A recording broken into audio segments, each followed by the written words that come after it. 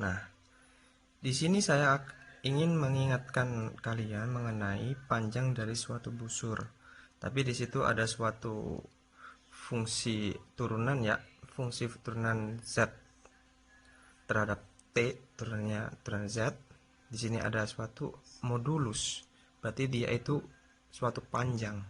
dt dia akan sama dengan integral AB dari A sampai B akar dari turunan pertama dari X terhadap T dikuadratkan kemudian ditambahkan dengan Y turunan Y terhadap T kemudian dikuadratkan, semuanya ini dalam bentuk akar ada dt. Nah, misalkan di situ ada suatu busur ini dari A sampai B. Saya ingatkan melalui kalkulus biasa dulu, nanti saya hubungkan dengan apa hubungannya dengan modulus turunan pertama Z terhadap T. Nah, misalkan di situ kita tahu kalau dy dt itu dia didekati dengan delta y per delta t.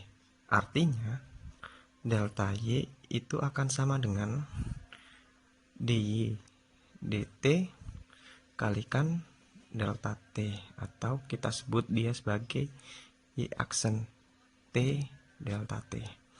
Nah, untuk yang x juga seperti itu. dx dt sama dengan delta x delta t, kemudian kita peroleh delta x sama dengan, langsung aja kita tulis sebagai x aksen t delta t. Nah, sekarang kita coba lihat di sini. Di sini sampai ke situ, misalkan di situ kita sebut sebagai delta s, ya. Karena bentuknya di sini kita bisa menggunakan teorema Pythagoras ya. Karena siku di situ, maka delta S dikuadratkan akan sama dengan delta Y kuadrat ditambah delta X kuadrat. Nah, maka kita akan peroleh Y aksen T delta T dikuadratkan ditambah dengan X aksen T delta T kemudian dikuadratkan. Nah, dari sini kita akan peroleh delta S. Dia akan sama dengan akar dari Y aksen T delta T kuadrat ditambahkan X aksen T delta T dikuadratkan. Nah, di sini karena di sini ada delta T yang akan dikuadratkan juga. Di sini ada juga delta T dikuadratkan, kemudian ada suatu akar, maka kita bisa tulis sebagai akar dari Y aksen T dikuadratkan ditambah dengan X aksen T. Nah, delta T-nya dia akan keluar. Nah, di sini untuk delta S cukup di sini saja. Kemudian bagaimana dengan panjang busur ini dari A sampai B? Misalkan kita sebut sebagai delta S di sini, misal sebelum ke sana kita sebut sebagai ds, dekati sebagai ds delta S akar dari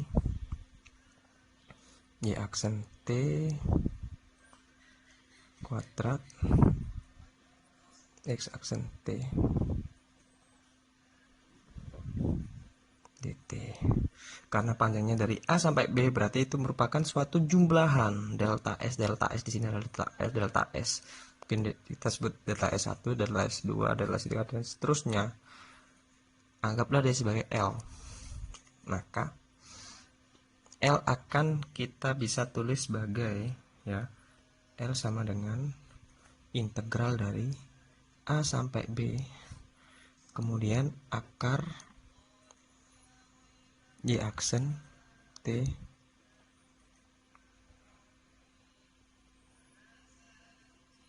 kuadrat ditambahkan X aksen T kuadrat. di sini ada titik. Nah, kemudian apa hubungannya delta S di sini dengan Z di situ? Di sini. Ingat bahwa turunan itu merupakan suatu laju perubahan ataupun kemiringan. Ya. Jadi di sini antara untuk yang di sini biasanya contohnya dipakai real. Tapi di sini kan kita ada fungsi kompleks. Fungsi kompleks bisa kita hitung panjangnya ketika kita akan kasih suatu modulus. Yang artinya dia merupakan juga suatu panjang dari Z itu sendiri. Tapi di sini kan ada turunan. Nah, karena dia turunan berarti dia kan sama aja dengan kemiringan itu sendiri. Jadi di sini bisa dihubungkan L bagian yang ini dengan yang di situ.